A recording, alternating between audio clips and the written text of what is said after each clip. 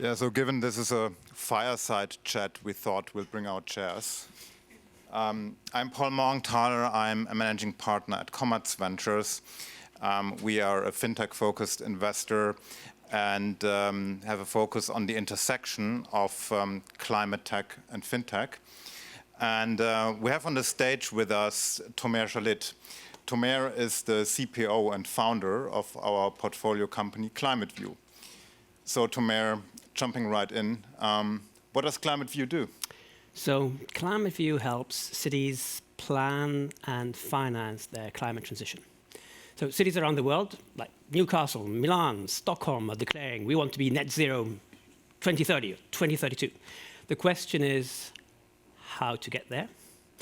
And our platform, ClimateOS, has impact intelligence which will help them answer many of the questions, telling Helsingborg that shifting these many people from cars to bicycle are going to give these following health effects and the following impact, telling Newcastle what the shift of cycle paths will be, telling Kiel what the impact of retrofitting of the buildings will be. So we currently work with cities in 9 different nations.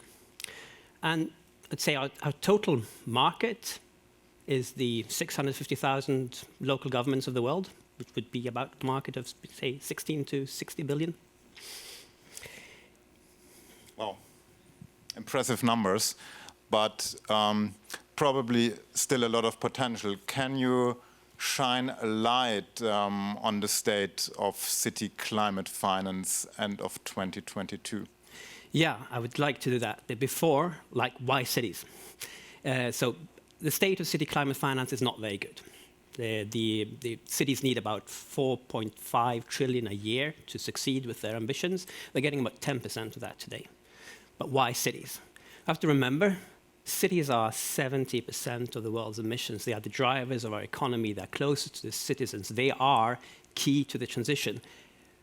I'll turn it around and say, if we don't do cities, we're not going to succeed with the Paris Agreement at all. So, yeah, state of city finance, not very good. About 10% of what they need is there. However, on the bright side is that there is coming a lot of capital now with the Inflation Reduction Act or the Glasgow deal last year at COP. There are trillions of commitments for financing for the transition. But those trillions aren't finding cities, and cities aren't finding those trillions, and that's what we're trying to fix.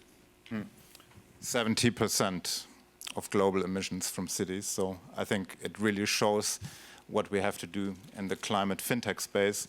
Really, I mean, yes, the corporate sector is 30%, and that's important.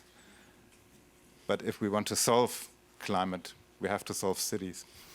So on the way to get there, what is still lacking? What do we still need to do to get it really implemented? So cities are more complicated than corporates. You need a much more holistic view. They direct some of the investments, but they also influence in many more ways. They influence through planning standards. They influence through incentives. They can change the underlying structure, ecosystem of a city. So when a city wants to finance, it's not only about we want to invest in this infrastructure over here. It's a combination of very many different things, where it's a blend of government finance, the city's finance, the private sector's financing. And for them to make compelling arguments for, say, investing in charging infrastructure in Malmö, they also have to show that there's been doing private finance, also supporting other investments needed for the change to electrification. So cities need a holistic view and need to describe that as carefully as possible. And also, cities are run by public servants, and they are actually public servants. They're looking at the good for society. So a lot of arguments when it comes to cities' transition is not just only here's the revenue, but understanding the health and benefits of the welfare of their citizens. But it's very interesting and important for cities to be able to internalize those externalities. So if we get people, if we invest in cycle paths, we get good impact on emissions, but there's enormous health savings like enormous health savings, just get people to cycle 40 minutes a day.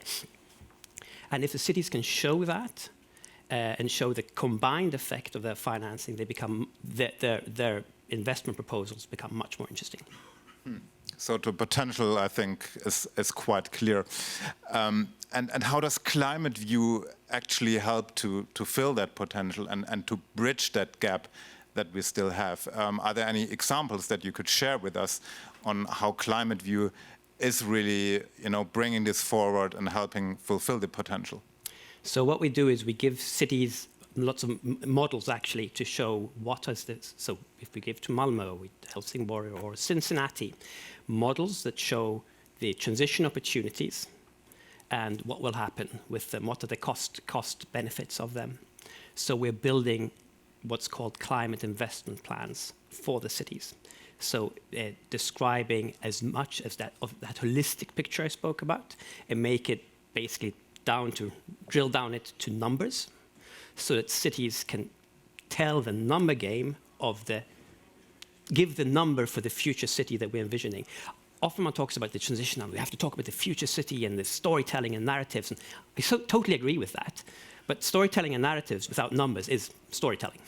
Storytelling with narratives is a powerful change maker. Great. I love that quote. It's about storytelling, but it's also about the numbers. And obviously, ClimateView is applying this. So thank you very much for giving us that insight on ClimateView and the important role that you play in decarbonizing this critical sector of our society. Thank you very much, Tomer. Thank you.